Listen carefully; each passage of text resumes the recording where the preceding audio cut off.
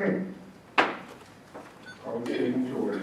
At this time, if you'd like to rise, have the pledge of allegiance. Mr. Paul. Allegiance to the flag of the United States of America and to the republic for which it stands, one nation, under God, indivisible, with liberty and justice for all. At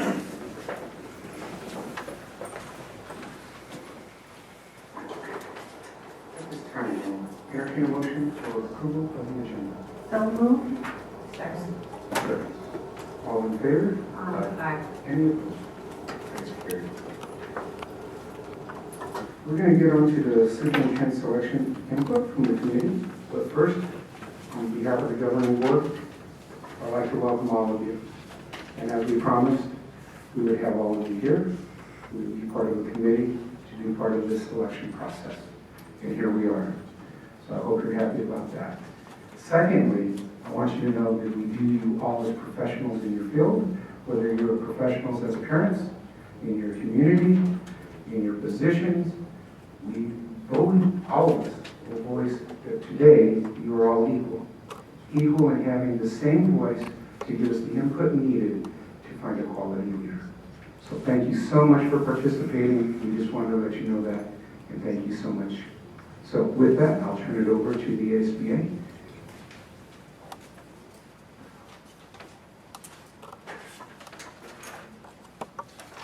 Good evening, President Zamora and meeting board members. I'm Karen Loftus, Director of Leadership Development with the Arizona School Boards Association, and we've been retained by the district to do the superintendent search.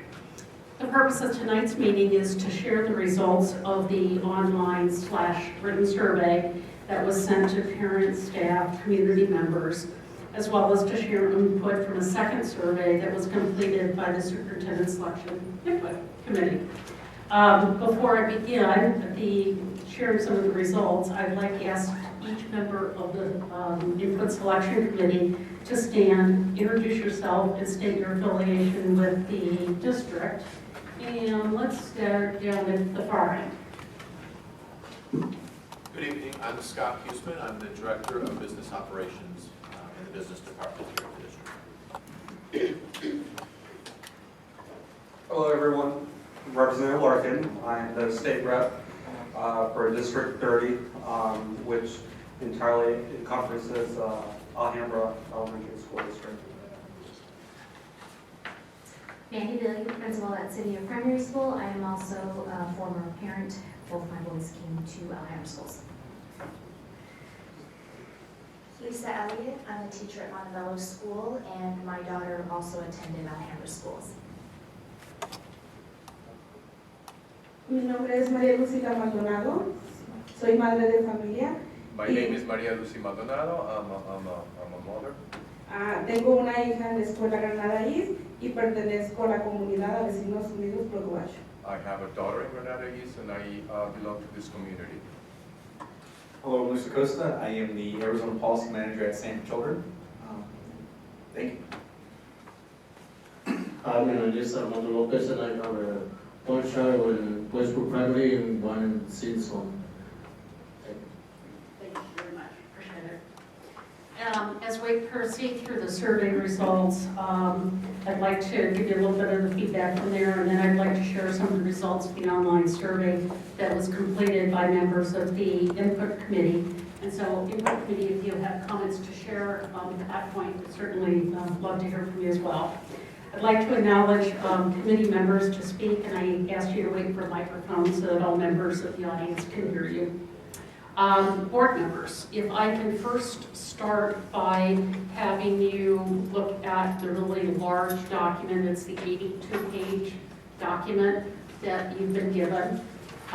This was the recap of the document that was received. So what I mean by that is we had 875 responses from the community staff for the survey. And what that ended up actually referring to is that we had a number of handwritten surveys that were turned in. Nearly 700 were online surveys, and the rest were paper forms. We manually entered those as well as the feedback as well. And so what you have in front of you is a compilated response of all of the 875 responses. I'm going to give you a separate kind of feedback on the feedback that our input committee gave, but certainly their commentary resonates with some of the comments that are made by the 875. What you'll see, or if you remember from the survey, is that there were a number of different categories. By each category, there were eight attributes. And for each attribute, people were asked to select the top 2 attributes that they felt were most important in the hiring of the next superintendent.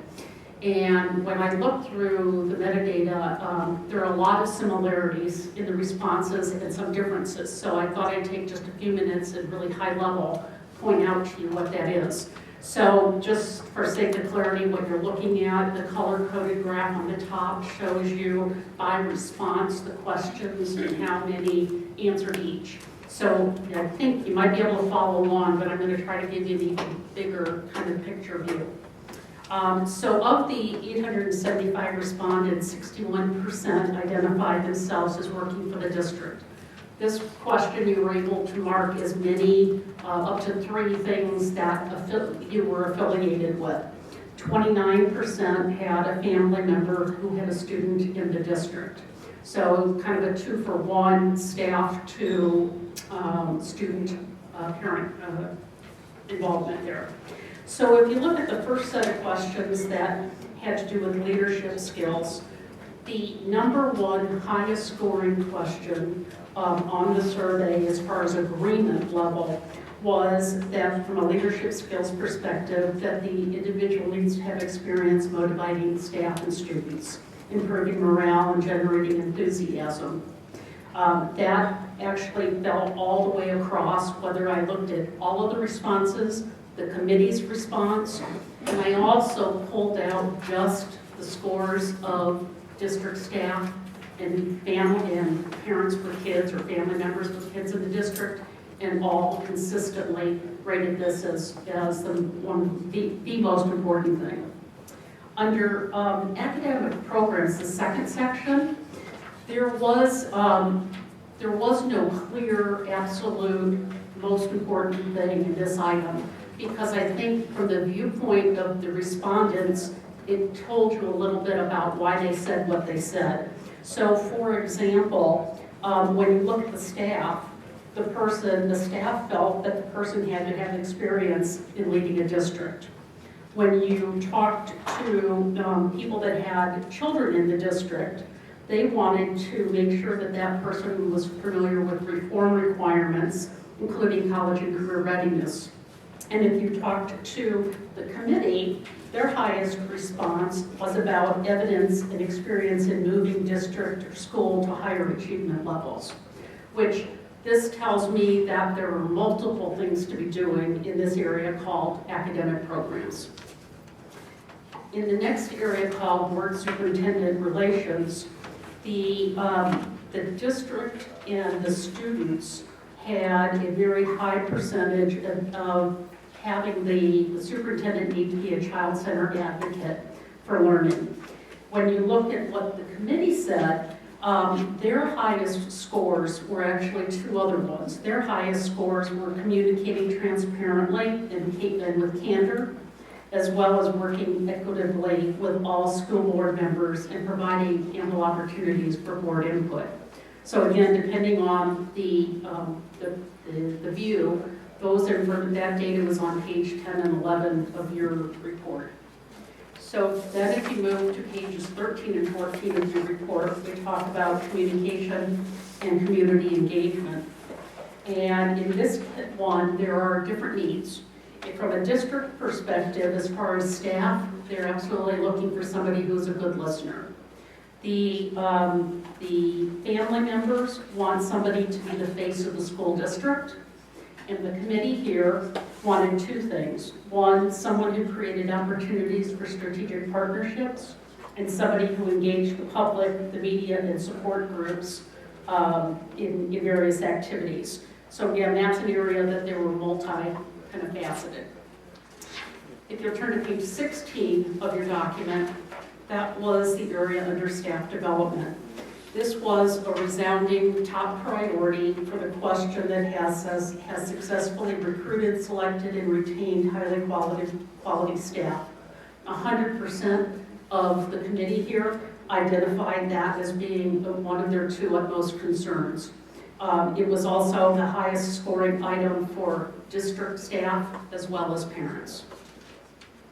On page 19, when you look at the section on decision making, you're going to see that across the board, people want the superintendent to include parents, staff, community members, and students as appropriate in the development of recommendations across the board, all three groups. If you turn to pages 21 and 22, this is the section on operations, support services, and facilities. And the parents of students had as one of their top concerns the supporting the use of technology. While I'm not saying that the other groups didn't have that as a high, that was the parents' highest concern. The committee and the district staff felt that it was about having efficiently managed the operation of the school and the district. So two things in that group. On page 24 is the budget and finance section. And across the board, all three groups, parents, committee, as well as staff, want the successful candidate to have successful experience in planning, managing, and evaluating annual budgets. Now, I mentioned at this point that the items, that there were 82 pages to the document you have. The pages that follow, pages 27 through 49 in your document, is the question where we ask the participants to tell us the top few strengths of the district. You're going to see a lot of commentary, and I would encourage you as homework to go home and take this document home and read through it in more depth and at your leisure. The second section that I want to point out is the challenges and issues section, and that's pages 50 through 82. And this was the converse of the previous question, and that was, what are the 1, 2, 3 top priority concerns that you have? And in having read through all of this information, I'd like to recap for you a couple of things that came across to me as I was reading through the comments on this section to see how much they align with the committee comments, and then we can kind of go through that. So without a doubt, the number one thing that was commented on was the need for teacher retention. And with that came a lot of morale issues. And so whether it's the cat or the mouse, what came first, the chicken or egg? But clearly the low morale, lack of respect, lack of value is, in the perspective of some of the people filling out the survey, causing a lack of teacher retention. But that's the most obvious response I saw. The other thing that I thought was interesting is there was clearly a piece about student discipline. And it sounds as though the comments were saying that there is behavior in the classroom that is excessive by some students that either may not be supported by the classroom teacher, by the district administration, or that there is no accountability for the behavior of these children. They also went on to say at some point that the question of where is parental accountability in this aspect of this. So this came into safety, discipline, behaviors, and fighting and bullying. And when I went through the fighting bullying comments, they actually separated out their comments about student bullying, and then also staff and administration feeling bullied. So when you talk about that, there were two different aspects of the fighting bullying side. The other thing that I saw that came up a lot was this whole idea of the budget and economics and the result of the financial implications that the state is undergoing. And then the last thing I think worth mentioning has to do with the amount of time that our teachers are being asked to take outside of the classroom time for professional development, PLC, or other mandatory meetings.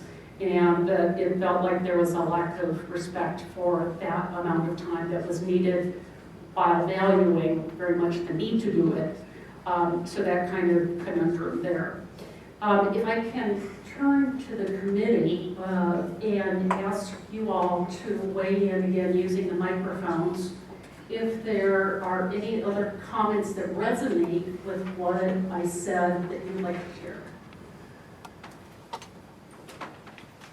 Can I just ask a question real quick? I have a question real quick.